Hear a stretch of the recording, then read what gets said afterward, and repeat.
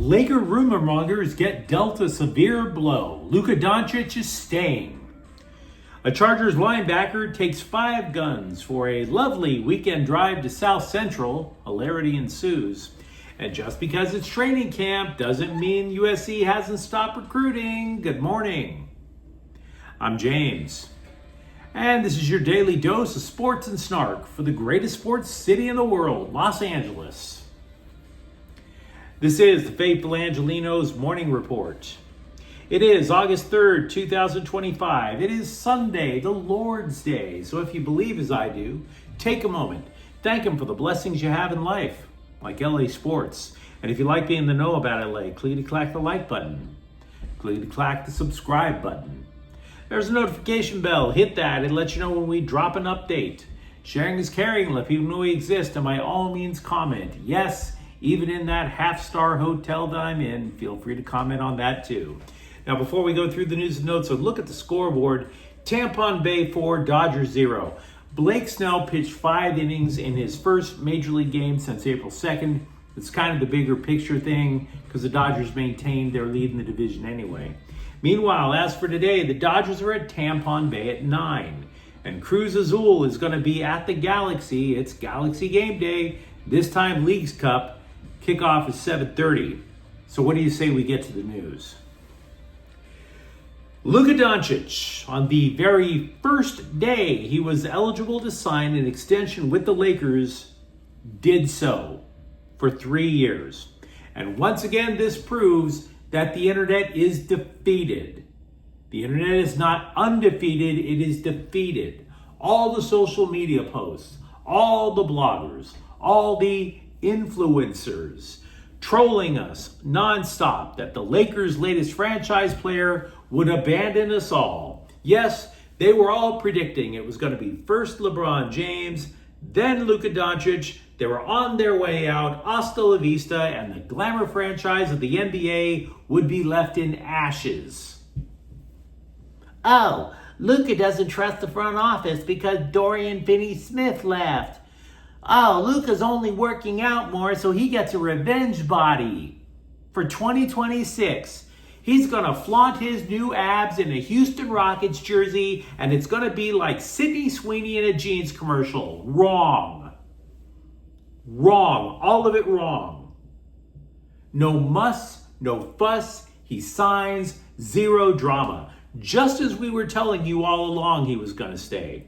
Now, the 3-year deal is for $165 million. The 3rd year is a player option. He was eligible to sign a 4-year deal for more money, but he didn't. He's sacrificing that deal for an even bigger long-term deal in the near future. It's all goofy NBA salary cap rules. Doncic, who is a team player, obviously, for the Mavericks, was actually punished by Dallas financially in the trade that brought him here.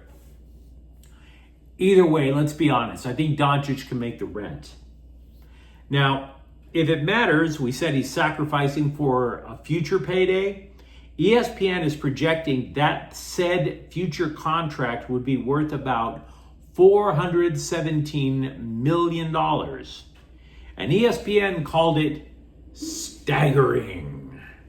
Staggering. More than $1 million per regular season game. Why, who could possibly afford to offer that much?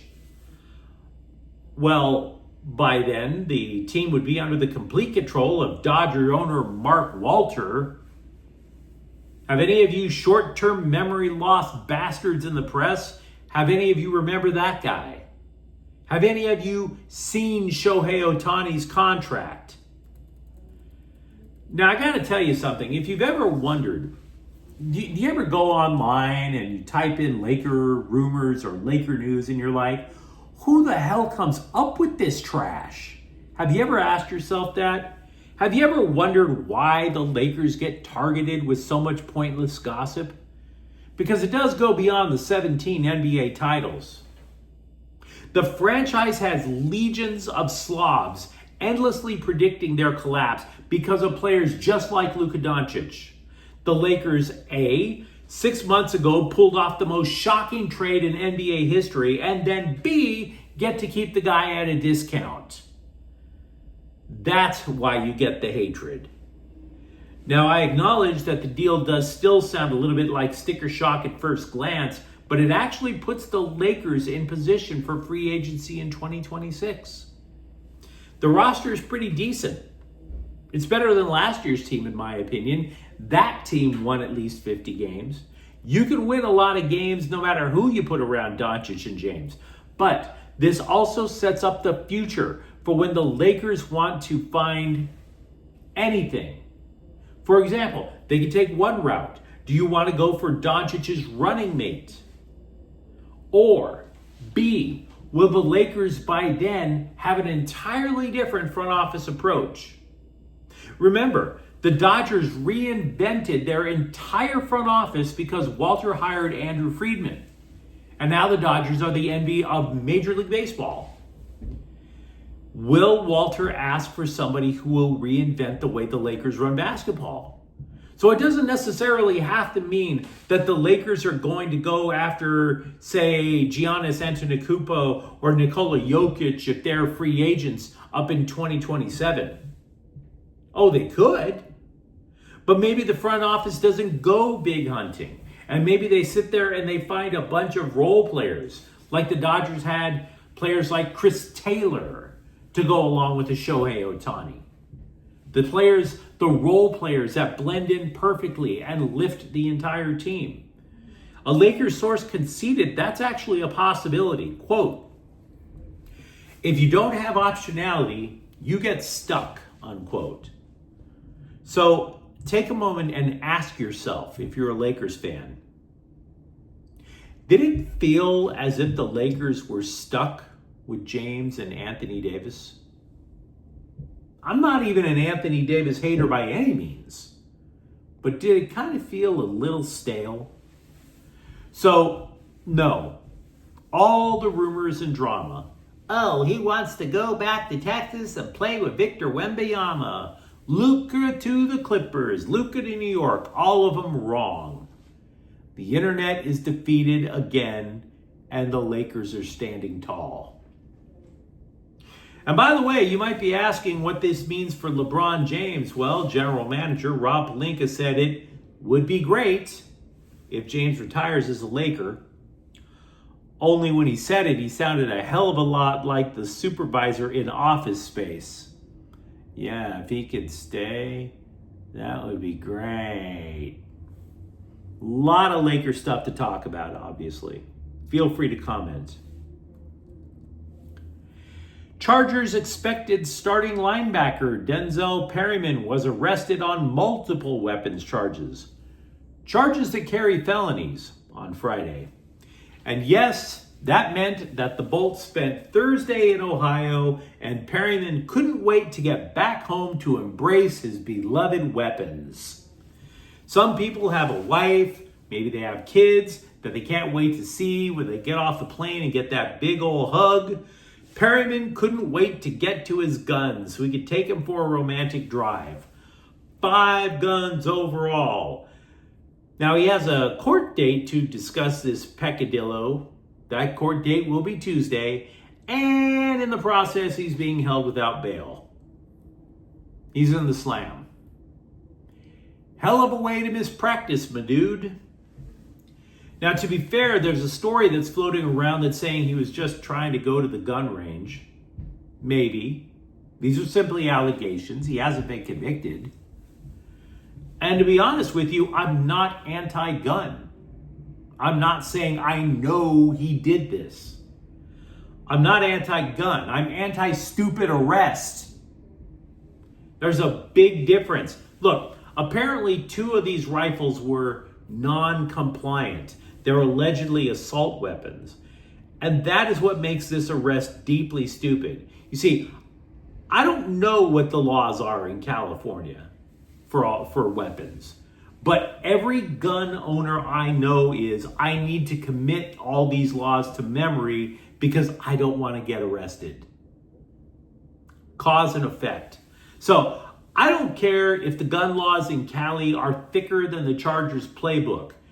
You need to stay on the field, my dude.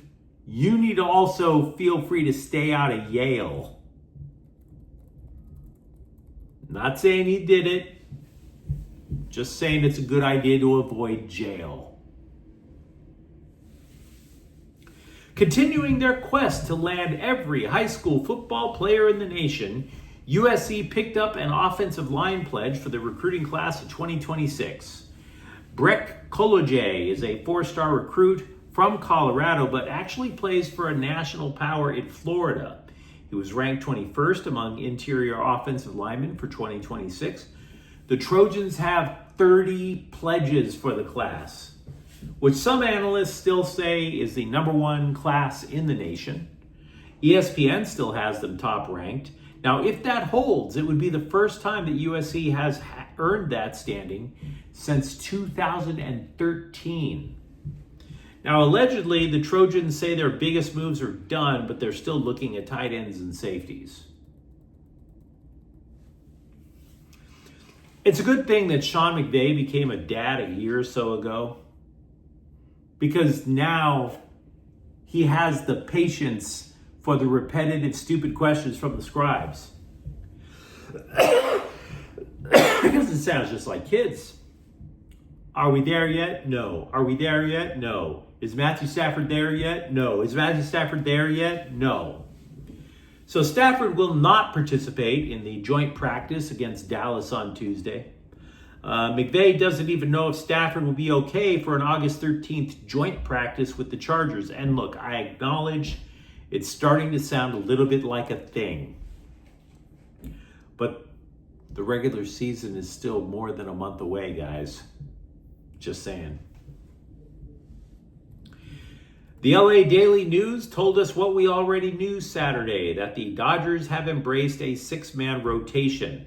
What they added, though, was that the Dodgers have their ideal rotation now that the trade deadline is passed. So in no particular order, it's Snell, Tyler Glasnow, Yoshinobu Yamamoto, Clayton Kershaw, Shohei Ohtani, and Emmett Sheehan, which is probably a good reason to remain confident about their chances of getting back to the series. Do you remember Johnny Juzang? Dude played a key role for UCLA getting to the Final Four in 2022.